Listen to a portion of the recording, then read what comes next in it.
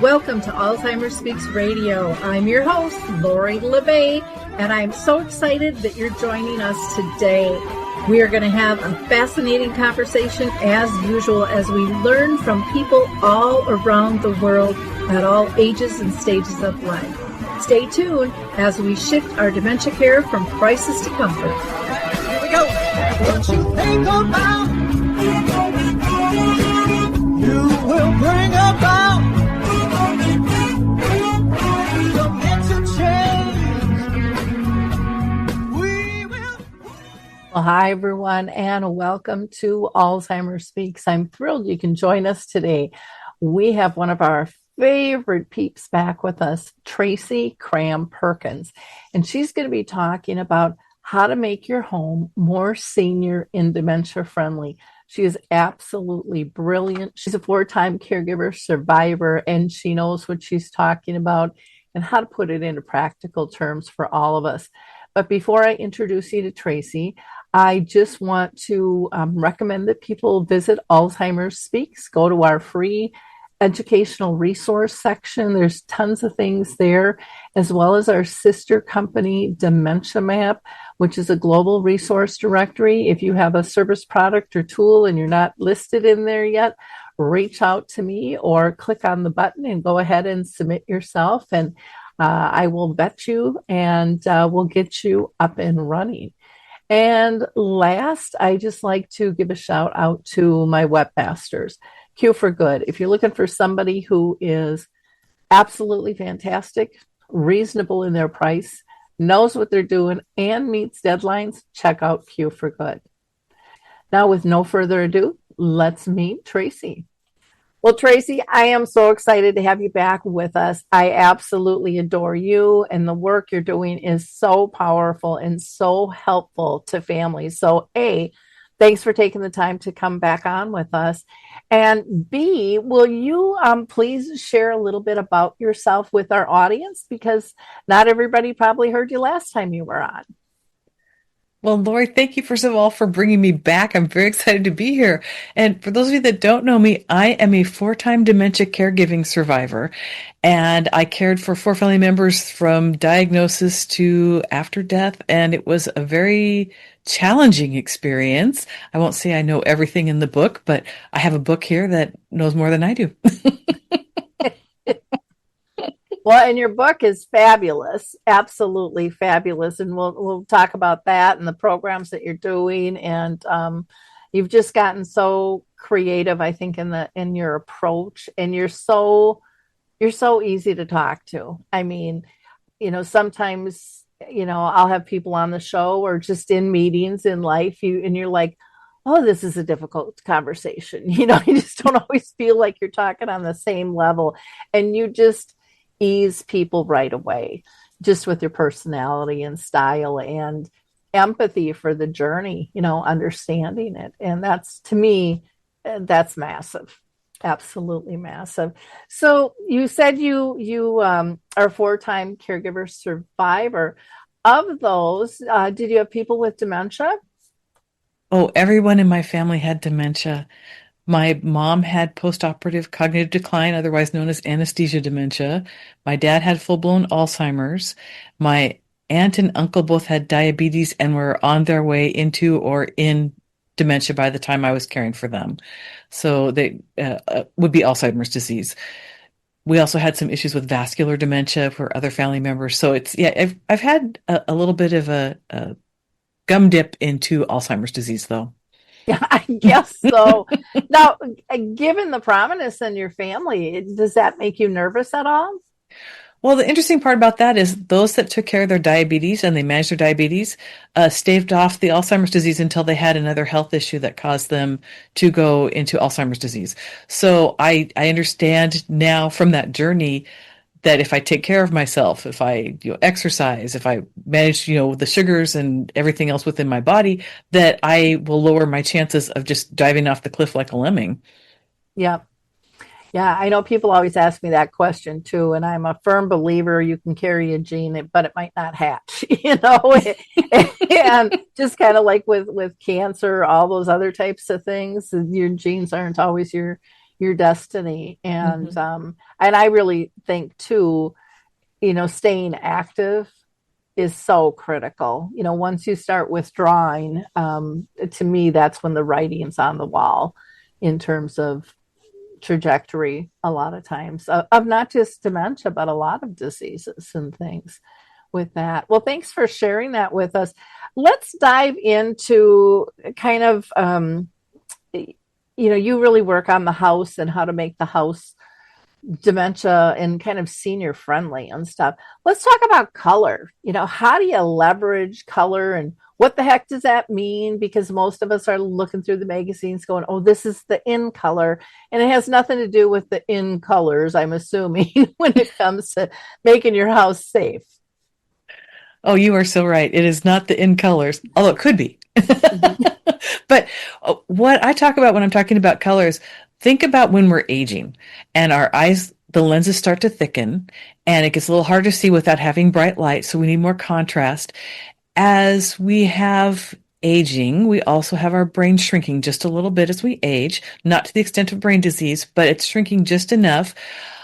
It makes it a little more difficult to perceive things. So color can be used to make things more visible and make it easier to find things. And I know you and I have talked about this in the past. If we want to orient somebody that is having trouble finding something or they lose something completely, we can say, let's take the color red and we'll use it to highlight what we're going to create as a parking space for that person and their TV remote because they keep losing the TV remote. If you make a parking space for them, think about when you were working or are still working and you had a paid parking space. You would fight to the death to keep your parking space. We're going to employ that with our loved one. And so if they keep losing it, and this is kind of what we do with my dad, is I got a red napkin because I didn't know any better for anything else. And I put the napkin on there and I stuck a little placard on the wall based on something that one of my friends had done, which was put a parking pass on there saying, this is Eldon's parking space. And it showed where his little remote on it. And, so that he had a placard. And so he stopped losing his remote for the most part. That isn't perfect, but I mean, he kept putting it back because he knew that was his parking space. He kept it. And so we were able to anchor him. I then found out later that I needed to change the colors. Whenever we were having a problem, I needed to change up the color because it's kind of like how we put Post-it notes on the mirror for our New Year's resolutions. And 2 weeks in, we never look at it again because we know what it says. Well, it's the same thing. They get bored with the color. If I change it to a bright yellow or an orange or lime green, and I do that every couple weeks, it keeps the attention drawn to it because there's change. And so that's what I'm talking about with color. Okay. Well, that makes perfect sense. I know a lot of people over the years, and especially if you go into senior communities, they will talk about the use of color at the table, Mm-hmm. because a lot of times everything is just kind of that off-white beige type look. And, if they've got a white tablecloth with a white plate, it's like, where is it? And then you got mashed potatoes and cauliflower on there, again, where is it? Because it all looks the same. And I didn't realize that until I got into real estate, the aging eye thing. I Mm-hmm. remember my mom saying, she needed more light, so then I needed more light. And I was like, I'm fine. I can see whatever. I can do my homework in the dark. What's wrong with you?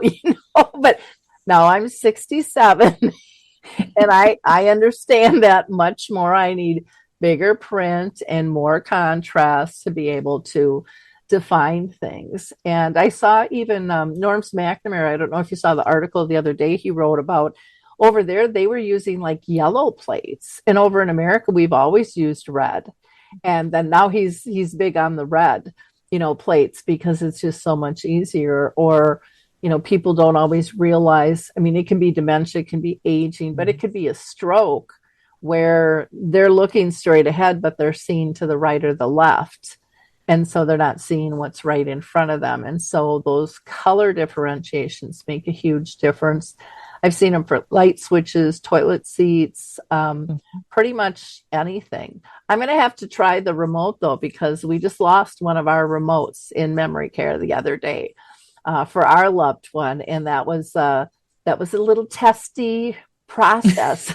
of of being able to find that, because she knew exactly where it was, but it wasn't, and Mm-hmm. can't differentiate. We have two different remotes for two different TVs in there and things. So thank you for talking about color. What about like wall color and things like that? Do you have recommendations for wall color? Oh, absolutely. Depending on what you're using it for. If you have, like, I had a family member that was a great escape artist. We Mhm. refer to him now as Houdini. He was my father, and he could figure out how to get out of almost anything. When we figured out how to employ color and we painted the walls, the door, and the door jamb all the same color, then it became harder for him to see.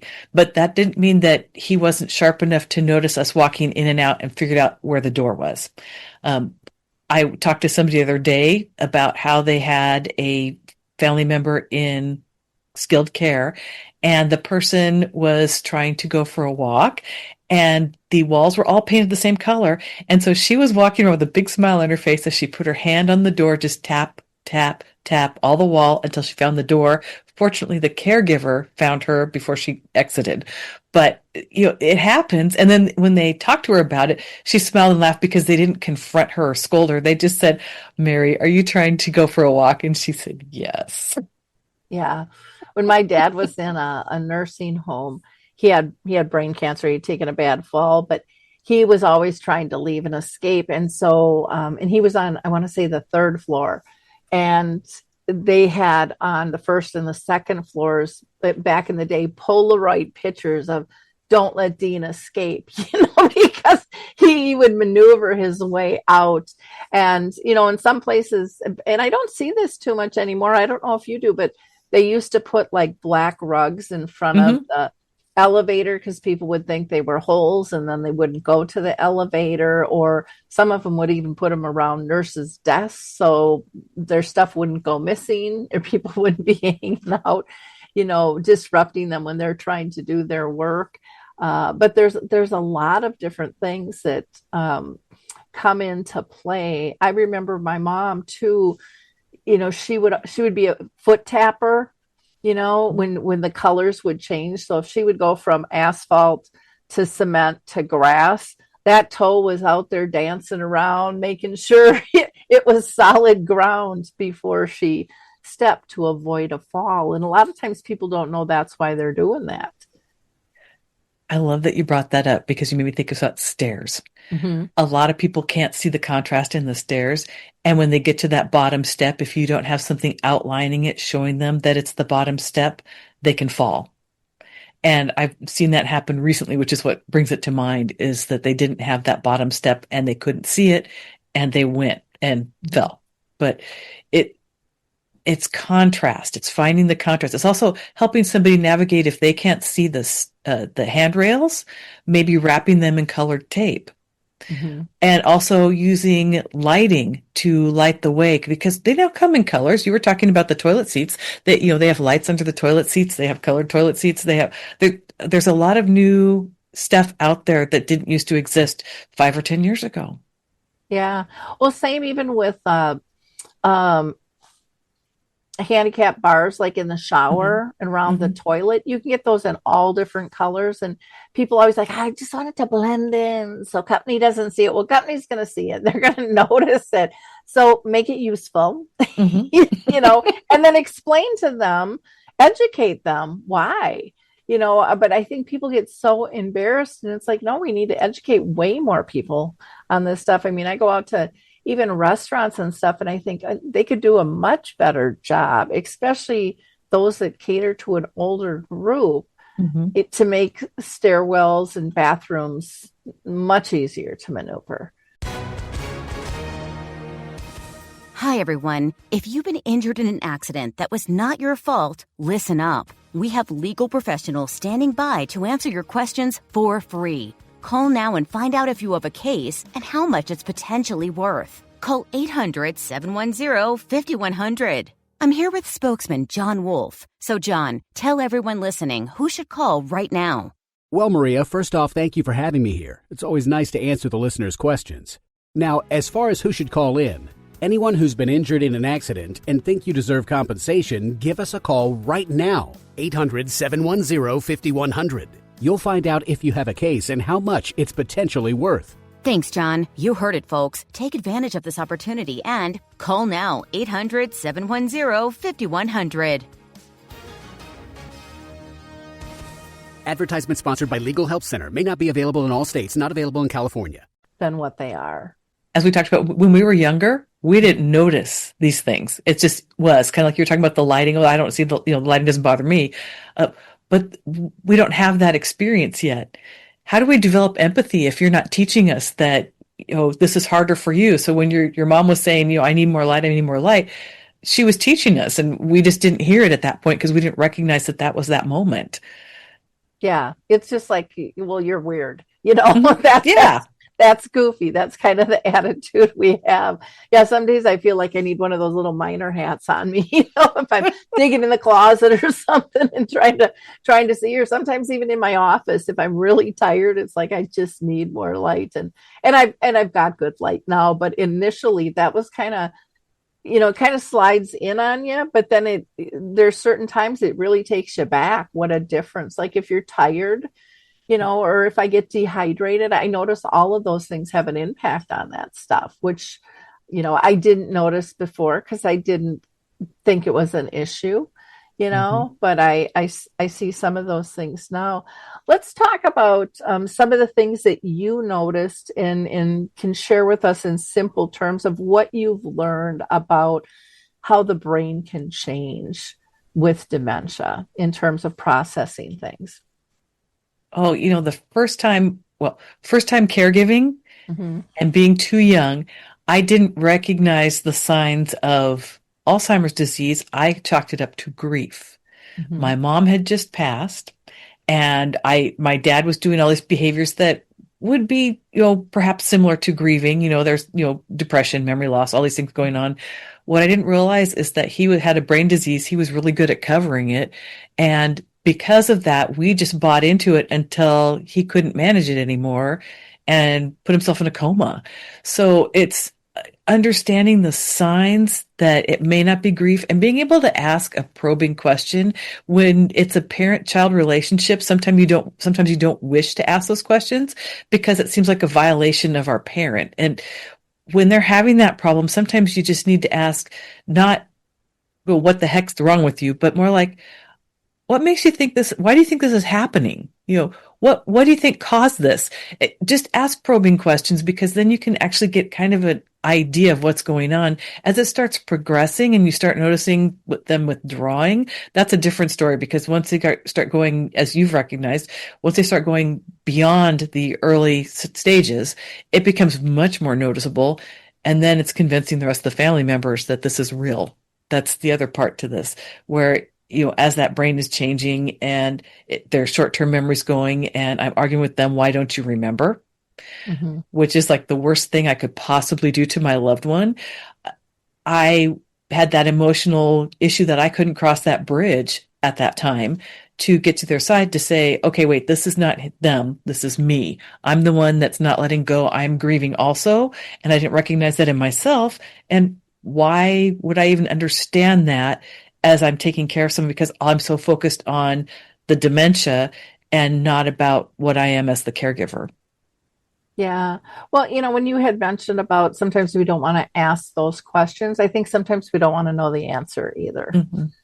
We're in denial, and, we don't know we're in denial. I remember teaching a class one time about denial, and we had a break, and a woman she went outside and she just bawled. And I'm like, are you okay? I thought she got like a horrible, phone call or something in news. And she said, I'm one of them. I didn't know I was in denial until she's like, I thought I was doing really good, but you pointed out all these things that I'm sidestepping because I didn't want to feel it. And she's like, I'm sorry. It's just all coming out. I'm like, there's no reason to be sorry. This is tough stuff. And there's that grieving process going on both sides.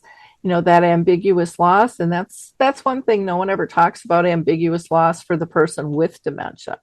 They talk about it for the caregiver noticing these changes, but no one really talks about what the person going, because they're noticing those things too, if they admit it or not. And then you also mentioned about, then you got to convince the family that something's going on, because man, they can muster it up and put on a show really good, for a half an hour, and they look like, yep, we're all here, there's no problems, and then they leave and kind of melt into the chair because it just takes so much out of them, to do that. But everybody wants to fit in. And my mom was like your dad. Oh man, she covered it up really good, really good. But people don't, I think, always understand that they kind of switch their conversation. So they're more reminiscing because they notice those things. I think it's an unconscious shift. And, long-term memory is still there. It's, what happened 15 seconds ago that isn't always, doesn't always remain.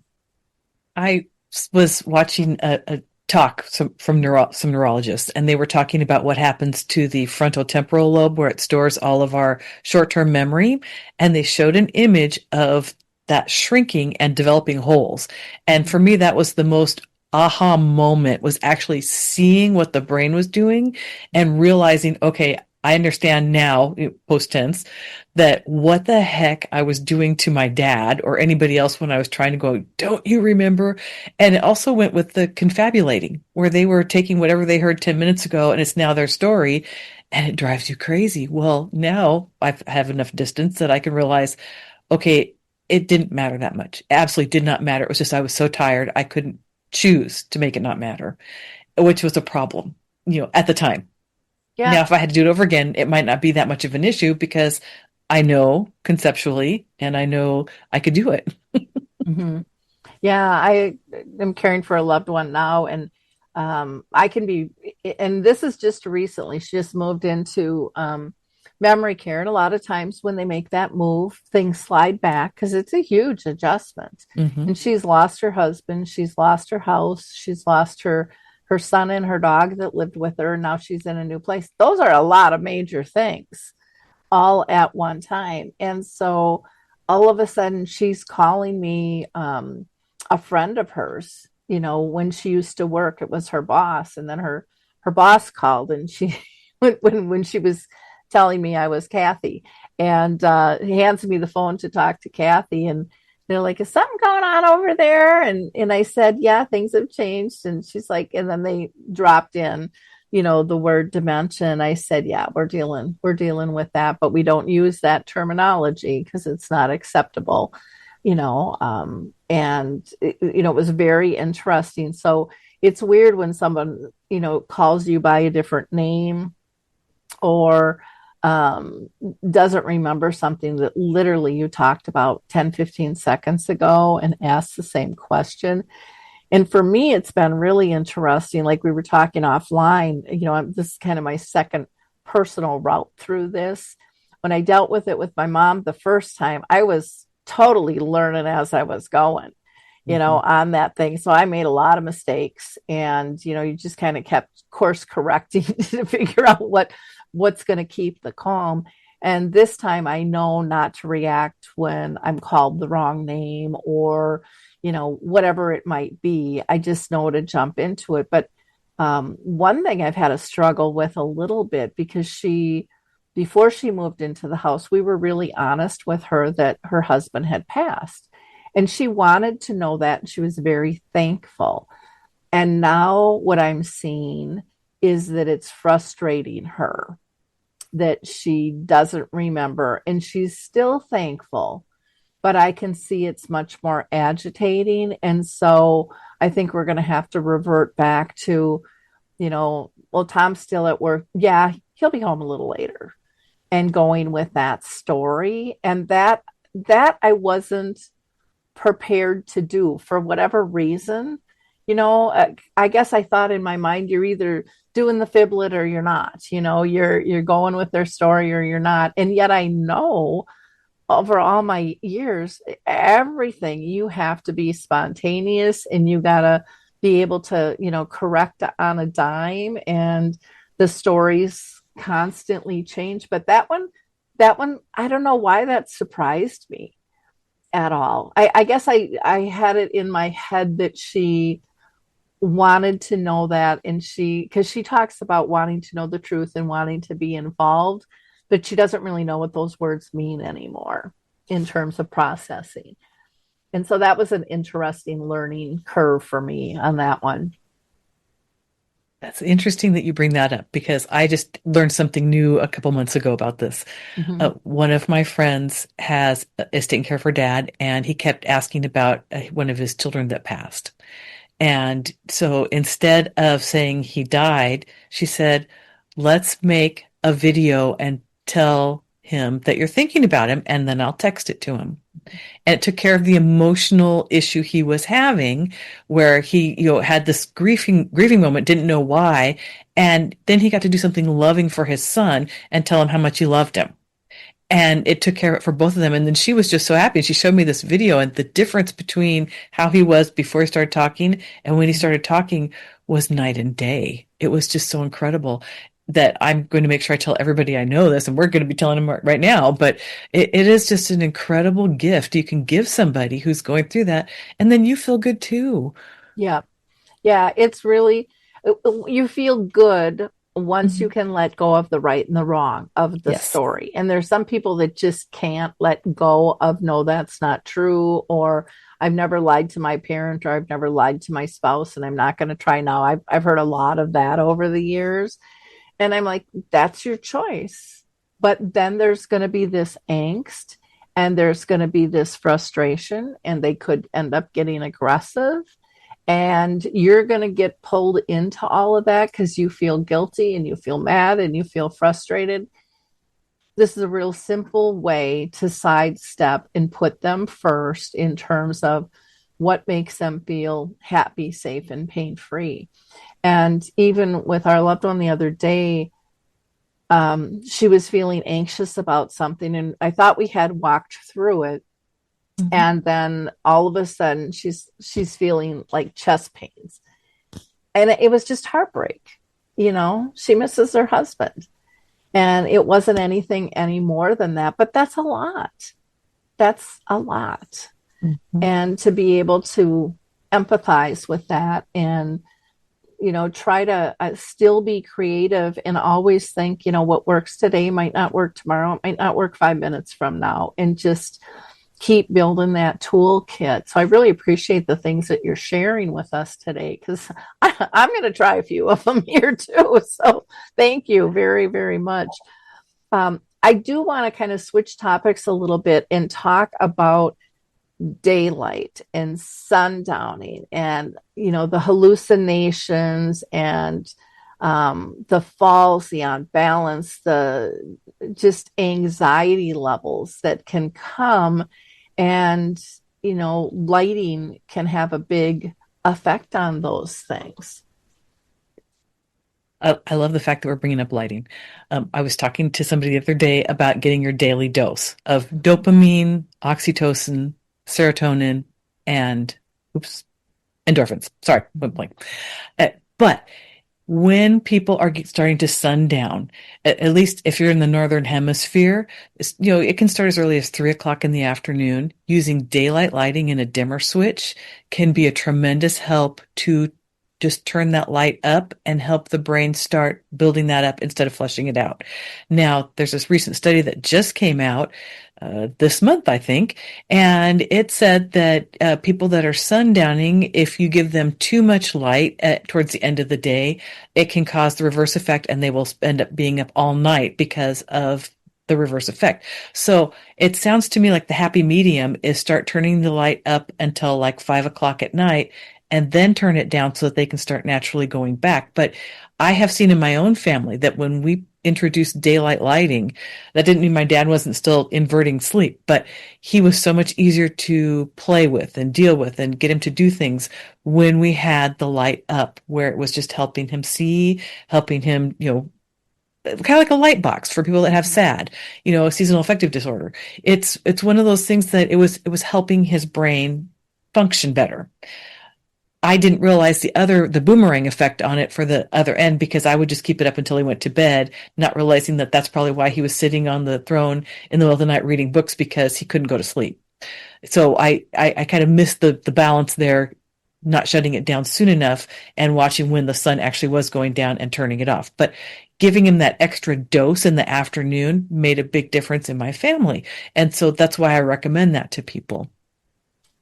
Yeah, kind of almost like the blue light with the computers. Mm-hmm. I was talking to someone the other day and they're like, oh, they can, relax reading. And I'm like, you have to have a disclosure on. They're not on the computer, not on the iPad, because that's not going to help Mm-hmm. to the effect that it would, a hardcover book or a softcover book, something physically in their hand. And, I think we kind of poo poo the effects on all of that quite a bit and how they can mix up their day. I've noticed with my loved one, sometimes she won't turn her light on in her apartment. And so then it's dark and, she has no idea of time of day at all.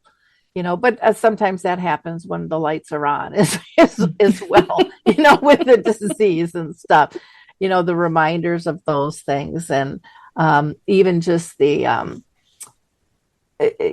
meal times. I know for my mom, she could kind of track meal times in newscast times is how she told the day. But that doesn't always work for everybody, and it doesn't work forever, Mm-hmm. with things like that. What about, does more lighting reduce like hallucinations at all? Does that have an effect on any of that? Caring for someone with dementia is one of the toughest journeys, but you don't have to do it alone. I'm Allison Schreier, and my experience caring for my husband inspired me to create Zinnia, a therapeutic streaming service designed to support people living with dementia and reduce caregiver stress. Zinnia offers research-backed videos intentionally created for people with dementia, engaging, calming, and easy to follow. Whether you need to ease agitation, create moments of joy, or make daily routines smoother, Zinnia is here to help. Family and professional caregivers use our content to turn challenges into opportunities for connection. Accessible by subscription on mobile devices and connected TVs, Zinnia is simple to use whenever you need it. Because when caregiving feels easier, life feels better. Go to zinniatv.com and sign up for a free trial today. Use the code RESOURCE for 15% off an annual Zinnia subscription. Well, it's interesting you asked about the hallucinations. I have found that, and I learned part of this from Teepa, Mm-hmm. is that if somebody with Alzheimer's disease is having a hallucination, it's probably an underlying infection. Mm-hmm. And so you want to treat for the underlying infection. Now, if it's somebody that has Lewy body dementia or Parkinson's with Lewy body, that is part and parcel of the disease. That comes with the disease. In which case, then it's important to learn how to de-escalate and address somebody's emotional needs when they are hallucinating, and then figure out what it is that triggered it, which may not be a physical thing. It might be just something the brain chemistry gave them. But there can also be things where it's glare, that it's, shadows, that it can be too much information, like a bunch of busy pictures, or it's something that's overwhelming. Even patterns in the carpet, checker floors on, black and white floors in the kitchen. All these different things can trigger a hallucination in someone who has a brain disease. And it's being able to say, okay, I can't see what you are seeing, but not deny that you are seeing it. I know that this is very real for you, and I can see that you're frightened. So let's get you out of here, and I will take care of this, and take them into another room. Make sure that you address their safety needs first. You maybe wrap them in a blanket, give them something warm to drink, whatever it is, because the other part is when they get scared, they get hypothermic. And so you don't want them to go into hypothermia. And you might have experienced this with your own mom. The best thing to do then is if you can take them back to the room and see if that has resolved the issue, because a lot of times just changing scene will change that. If it doesn't, let's say they're telling you they're seeing snakes on the carpet in their bedroom, then the thing is to take them out of the room, go back in, and you're going to walk in with their imagination. You're going to take a pillowcase with you because you're going to collect the snakes. You're then going to close the door so the snakes can't get out. You're going to look at that floor and see, okay, what is causing my loved one angst? What is it? Glare? Is it shadows? Is there, a sound coming in that's making them think that there should be snakes in the area? Whatever it is, and fix that. And if you can't, throw a bunch of socks in the bag, bring it out, say, I've gotten the snakes. And I'm going to get rid of the snakes. Just take that someplace and hide it. Okay. And then you can guide them back to the room when they're feeling safe and show them that the snakes are gone. Because if you take them all the way through the logical conclusion, a lot of times that will interrupt the brain chemistry and they'll be okay. Yeah, I know Harry Urban, who's been living with dementia for quite a while, he shared a story on dementia chats. And he's given me permission to share this story, but it's really interesting. He was in his office working and he was getting really paranoid. And he kept turning around thinking somebody's behind him, somebody's behind him, somebody's behind him. Finally, he was getting really frustrated, called his wife, Hazel, in. And Hazel's like, Harry, there's nobody here, And he's like, you just wait. And so she stood in the doorway and watched. And what it was so interesting. He had blinds in his office and it was a bright sunny day. But when the clouds came over, it changed the lighting in the room and it got darker and he kept looking. And so all she had to do was shut the shades. Mm-hmm. And that got rid of one. The other one was when you mentioned the snakes in the room. Norms McNamara over in the UK, when he first started, talked about how he saw snakes in carpet. And what it was a green carpet with kind of like a Jack and the Bean pattern that was gold. Mm-hmm. And he saw the gold coming up and was snakes to him. And, and so patterns can make a huge, huge difference. Mm-hmm. And once he told me that, and I had known that before from some courses I had taken in senior housing design and stuff years and years ago, but I didn't really apply it until he said that. And then I started going into, I don't care if it was a mall or senior housing or a restaurant, I would start seeing all these patterns that are like, these are huge issues for people. Or some places will have the carpet or the tile go up the wall. And that used to be a big thing in nursing homes. They'd roll the carpet so that the wheelchairs wouldn't mar up. Well, they didn't know the wall was there and they thought it was just carpet. And so people would bang into the wall and then sometimes fall. Mm-hmm. And I mean, that's just something when, for you and I, we see that that's normal, but they're not differentiating that, or they might not be looking at the whole wall to see, okay, up here, it's a different color to know that, why that was done the way it was.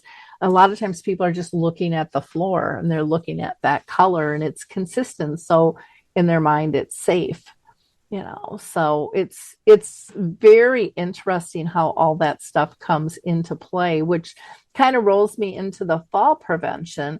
I would think lighting has a lot to do with fall prevention. Well, and you mentioned something earlier, which I want to circle back to address this. Mm-hmm. Tunnel vision. Mm-hmm. As the disease progresses, we get tunnel vision, but that doesn't necessarily mean, as you pointed out, that it's directly in front of us. It can be off to the side. It can be down here. And so they're going to be focusing on wherever they're looking. So if we've got uneven issues on the floor, if the coloring is different, if there's a pattern that they don't recognize, it could cause them to stumble because they don't want to step on something. They perceive it as something else. Mm-hmm. Also, if they're in skilled care, are there handrails that they can hang on to keep them from falling? Also, are they doing exercises like, say, Tai Chi or something that works on balance, or Qigong or something else that might, help them develop the strength to keep them from, it'll be a stumble, not a fall. But you're also talking about the walls, looking at the base of the walls with the carpet rolling up. That is a big deal. I mean, if they can't see it, they can fall down. It's the same thing with us talking about highlighting the stairs. If they can't perceive it, how are they going to avoid the fall? It's us empowering them to be able to perceive it, whether it's going back to color, highlighting the steps, highlighting where the handrails are, highlighting with the light so that they can see and there's no shadow or glare, because we don't want them to be scared. We want them to feel secure. And, accidents happen because we don't see them. And on my website, on my resources page, I have a thing called the Meltdown Trigger List. And you can use that. It's download for free. You can use that to figure out what's going on with your loved one, whether it's temperature related, whether it's lighting, whether it's shadows, whatever might be triggering a behavior that's causing them to be unsafe, and then use it also as a respite tool so that once you've figured out how to de-escalate when something's happened, then you give that to anybody that comes in to do care and say, at the bottom, these are the things that will bring our loved one back to calm, so that you can go out and get 2 hours of relief, and then your loved one has a good time with whoever the family member or the caregiver is, because the caregiver already knows, okay, if I said this, oh my God, I need to do these steps to get them back to calm. And then the trust is rebuilt.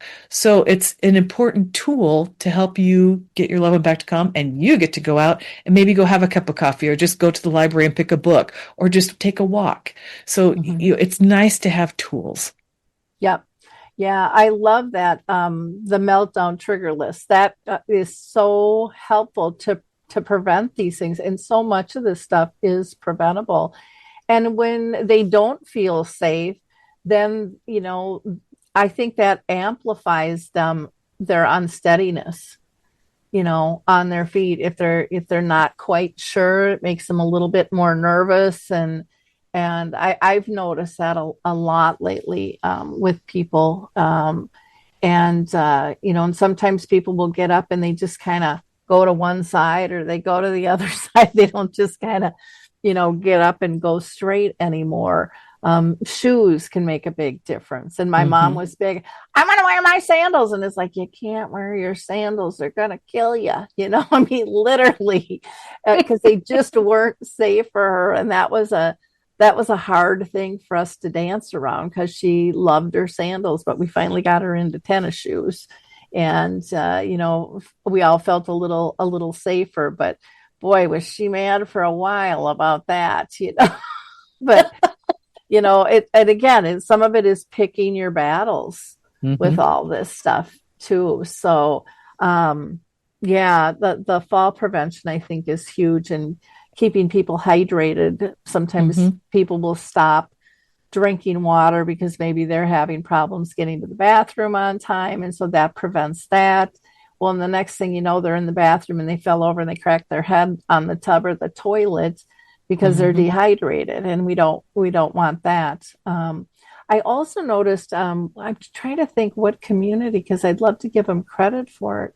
I think it was Abe's Garden down in Tennessee, and they had lights underneath their, and they were sensored lights underneath their nightstand. So as soon as their feet hit the ground, the lights were triggered there, where some people put, some sensor lights just in outlets, little night lights. So that helps, or leaving maybe a light on in the bathroom so people can find the bathroom, or the lights in the toilet so somebody can aim for the seat, that you can see. I mean, it sounds silly, but they make a huge difference, for a lot of people. And if you've got someone who gets up during the night and wanders, I mean, you don't want them tripping over floor mats, or there's the alarms that are out there, but the alarms can scare them and make them more unsteady in stuff too. And not all caregivers wake up to the alarms with that, or cameras that will show if somebody kind of gets up during the night. But yeah, I think that lighting is so important with that. So, oh my gosh, you are just giving us such great information. Let's talk about sound and how that can really affect a person presenting with dementia as well. Hi, everyone. If you've been injured in an accident that was not your fault, listen up. we have legal professionals standing by to answer your questions for free. Call now and find out if you have a case and how much it's potentially worth. Call 800-710-5100. I'm here with spokesman John Wolf. So, John, tell everyone listening who should call right now. Well, Maria, first off, thank you for having me here. It's always nice to answer the listeners' questions. Now, as far as who should call in, anyone who's been injured in an accident and think you deserve compensation, give us a call right now. 800-710-5100. You'll find out if you have a case and how much it's potentially worth. Thanks, John. You heard it, folks. Take advantage of this opportunity and call now. 800-710-5100. Advertisement sponsored by Legal Help Center. May not be available in all states. Not available in California. Oh, sound. Sound is a very interesting animal. There are times, okay, we have to consider, let's say somebody has Alzheimer's disease. They're going to be developing tinnitus, and the tinnitus will get worse as it progresses. And so what they interpret and what we interpret are going to be two different things. So it could be that we are sitting in the kitchen and you are making dinner, and they are sitting at the kitchen counter chatting with you, and the refrigerator coolant system turns on. We don't even hear it. We're so used to hearing these things, we just tune them out. Now our loved one who has tinnitus and now doesn't recognize the sound is getting upset because it sounds like something's coming at them. And so it can create a great amount of fear because they don't recognize the sound and we don't recognize it to hear it. Also, echo is a really huge thing if somebody, especially if they're sundowning or if they're dehydrated, can be very scary. Having sound dampening, whether it's furniture, whether it's wall mountings, to reduce the amount of echo in a room is very helpful because it can cause a lot of confusion and a lot of fear in someone with dementia. One of the biggest things that we notice is now I ended up putting, and people, if you ever came to my house, you would see that I have a bunch of pictures on the wall now that are designed to dampen sound, but you wouldn't realize that. You would just see a bunch of pictures because I didn't want to other my dad. I wanted to make sure that he felt safe in the house. He also in life had been an interior designer. And so for him, it was like, oh, this is really cool. It looks like something that we did, and away we went. So you can get creative in how you block sound, but then you also have to become a sound detective, because if you don't hear it, how can we help them? And it's being able to ask that open-ended question. What are you hearing? I can't hear it. Can you describe it for me so that you can find it? Because you were talking about earlier about the black doormat. Mm-hmm. I've been telling myself, I just wanted clean floors when my dad moved in, and I live in the Pacific Northwest where it rains a lot, and my husband and my dad would go out and they'd prep the garden and do stuff, and they'd track mud in, and then it would go in and out, and it would barrel, and I just wanted it clean. And I would drive myself crazy to clean it up. So I went down to the hardware store, bought a couple of black doormats, put one on the outside, put one on the inside, asked my husband actually, just wipe your feet when you come in. Just go in front of my dad so he can see it, and then he'll do it too. Because my husband was the anchor of safety for my dad, and he would mimic everything he did. So my husband dutifully came in and he wiped his feet, and then, walked into the house, and I'm standing there all excited to see my dad wipe his feet because I'm just like, wait, this is going to work so great. He looks down. He looks at me, just goes, shakes his head, and turns around and walks in through the garage. And I thought, okay, I have no idea what you're telling me. Well, it turned out, he couldn't see it because of the black. So it took a while until I finally, one day, my husband was gone, and I'm sitting there, and I moved it around trying to see if this was like a one-off. Mm-hmm. So I put it in front of a different door, and I was asking my dad, I go, Dad, I can't figure this out. Can you help me? I gave him his agency back right in that moment. I said, would you please tell me what's wrong with the door so I can fix it? And he said, Tracy, if you would just fix the hole, no one would be afraid to walk out the door. Don't be afraid to ask your loved one for help, to ask them, can you guide me in this? Because they have tremendous skills. Even though they're losing their memory, that doesn't mean that the problem solving that they could do, they could say, this is what I see. Now, sometimes they can't. If they get so far into the disease that they've lost their language skills, that won't work. But when they're in the moderate stage of the disease, definitely ask them for their help. They'll be glad to share it with you. And then you've returned their agency to them. Yeah.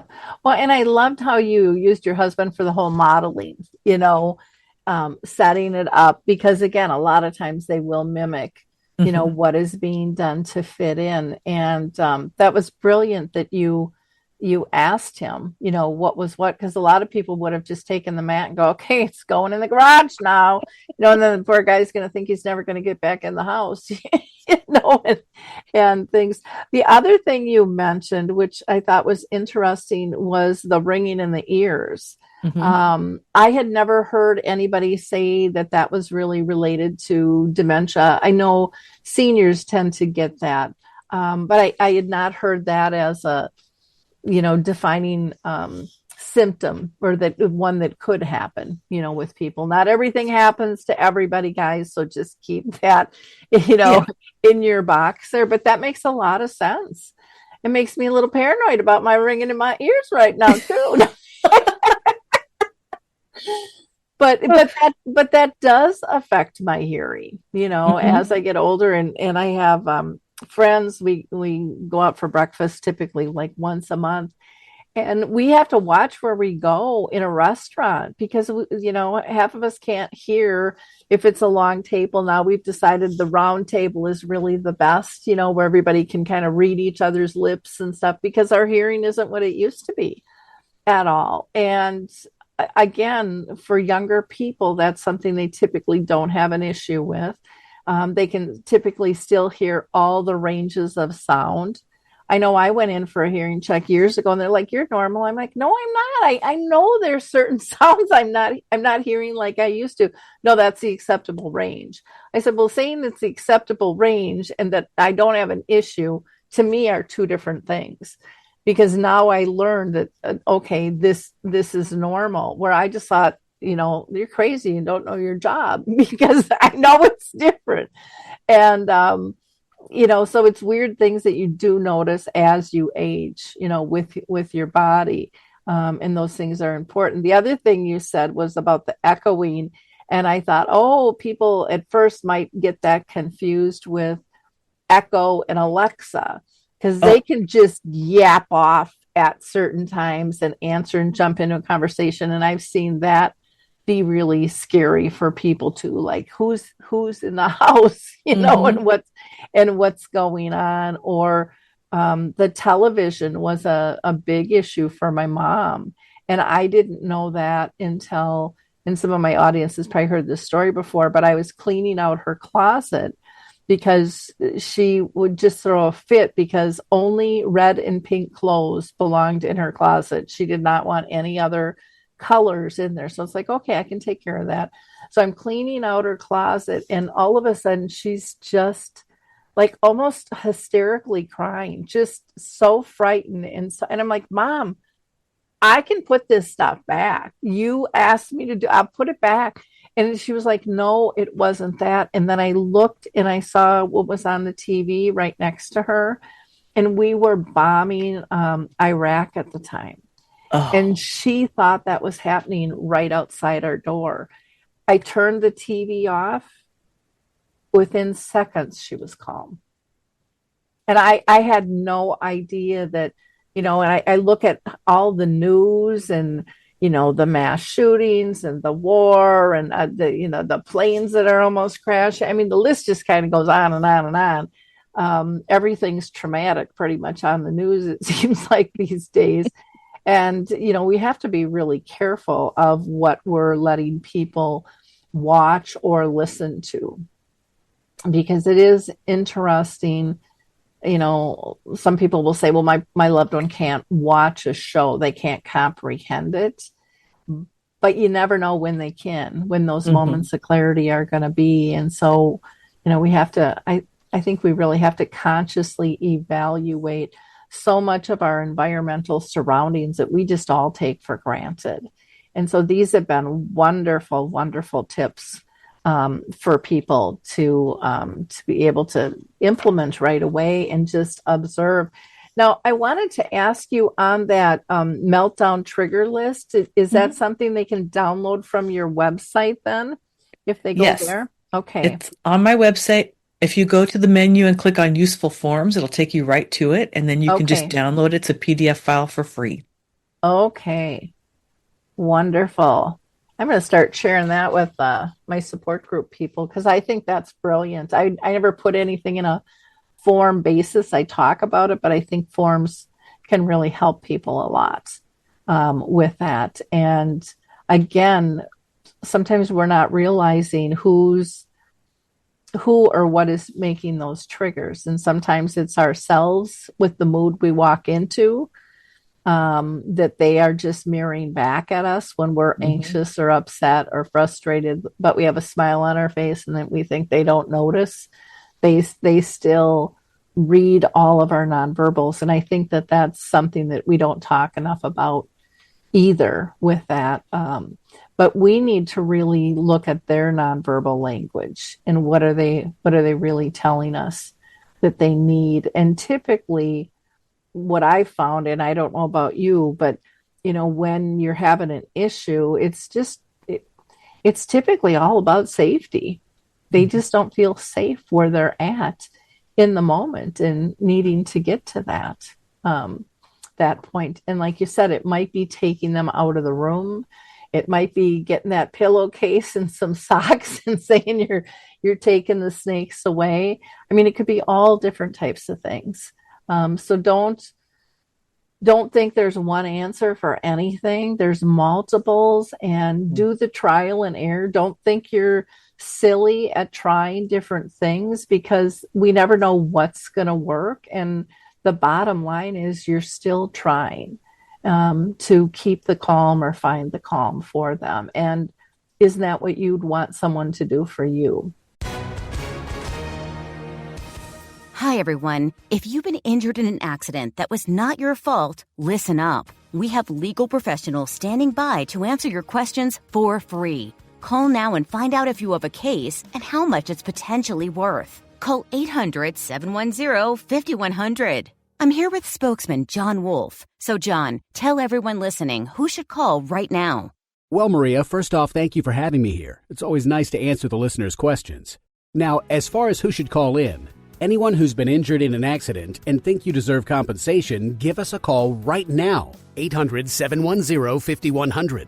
You'll find out if you have a case and how much it's potentially worth. Thanks, John. You heard it, folks. Take advantage of this opportunity and call now. 800-710-5100. Advertisement sponsored by Legal Help Center. May not be available in all states. Not available in California. This is what I always throw back at people. Any last minute comments? Well, going back to two things. With the snakes and the hallucinations, also don't forget, if you change the scene by taking them for a quick drive around the block and then just say you're going for an air, I mean, if they're in a throw of fear, just take them for a drive and then say we're home. That usually takes care of it, or I should say that can take care of it. It's just changing that scene. And then also you asked about the people that were naysayers that would not do anything besides the absolute truth. I have 3 questions for you. You don't have to answer them, just go with me on this. The first one is, did your parents teach you to believe in Santa Claus? Did believing in Santa Claus bring you joy? Did you teach your children to believe in Santa Claus?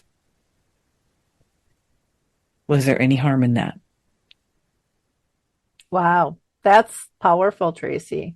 That really breaks it. That really breaks it down because there are going to be those beliefs. And somebody might say, well, yeah, because when I still believed and then I got picked on, because I was older. Yeah, that's going to happen. But the majority of the time, things went pretty smooth. And it was all about creating joy and a moment to remember. And isn't that what we want to do with our loved ones living with dementia as well? Wow, that was really, really good. Anything else that you want to share? Oh gosh, I have so many. I just don't even know where to start. I want to go back to the TV really quick. One of the things we did for my dad was we got a remote called the Flipper. And it has a hard case on it that you can slide off, but it takes two hands to do it so that you, the care partner, can program in your loved one's favorite channels so that if they're watching the television with it in their hand, they don't accidentally change channels and suddenly see the war channel. Because that happened to my dad. He was watching a reenactment of World War II. He lived through World War II. And so he panicked and it turned into a huge deal. But, if you can do that, then they don't have to fight to find their favorite channels because then they can just scan up or down. It also allows them to do volume on or off. Everything else is hidden underneath the plate that you lock and it's battery operated. And it's really easy for your loved one to operate it because it's one solid color and then it's a contrasting color for the buttons. So it's a really easy thing to use for your loved one. And you can get it on Amazon. It's called the Flipper. That's cool. Would that work for all the different channels? I mean, I look at, now you got Netflix and, blah, blah, blah. I mean, it goes on and on and on. Because I think that's an issue that we're personally having right now. And I've just been kind of like, let's go to Little House on the Prairie instead of Crazy Moms, Crazy Dancers Moms, it's kind of like a mini Dr. Phil, or Jerry Springer show, where everybody's fighting. That doesn't keep the calm, in the room. Mm-hmm, mm-hmm. Well, I have two things that I teach when I do classes. Mm-hmm. One of them is for when you have had an emotional incident with somebody where they have blown up at you and you both need that time out. Have you ever done boxed breathing? I do a certain type of breathing, but I don't think it's the box breathing. But I've heard about it. So why don't you give us a little tutorial of that? Okay, so what box breathing is, you breathe in for 4 seconds, you hold your breath for 4 seconds, you breathe out for 4 seconds, and then you hold your breath for 4 seconds. And you repeat that cycle until you calm down. It can take up to 5 minutes. Here's the thing. If you've had a traumatic event, then you reverse it because when you've been traumatized, we gulp air in. And so you would want to actually breathe out first, then hold your breath and then breathe in. So that's the only difference if it's a traumatic event. If it's something where you've just had an argument trying to get somebody to bathe and you just need to walk away for 5 minutes, the beauty of this exercise is if you put a timer on your phone and you do this up to 5 times a day, in 6 months, it'll lower your blood pressure. If you do it longer than 10 minutes, you'll get a tingly, euphoric sensation. You have too much oxygen in your bloodstream. You need to stop. Also, if you choose to do this, for 6 months, tell your doctor so they can lower your blood pressure medication so you don't pass out. Okay. That's item 1. Item 2 is laughter yoga. I find that if we did laughter yoga in the morning, if we just sat down and because it's full body movements and you can find it on YouTube.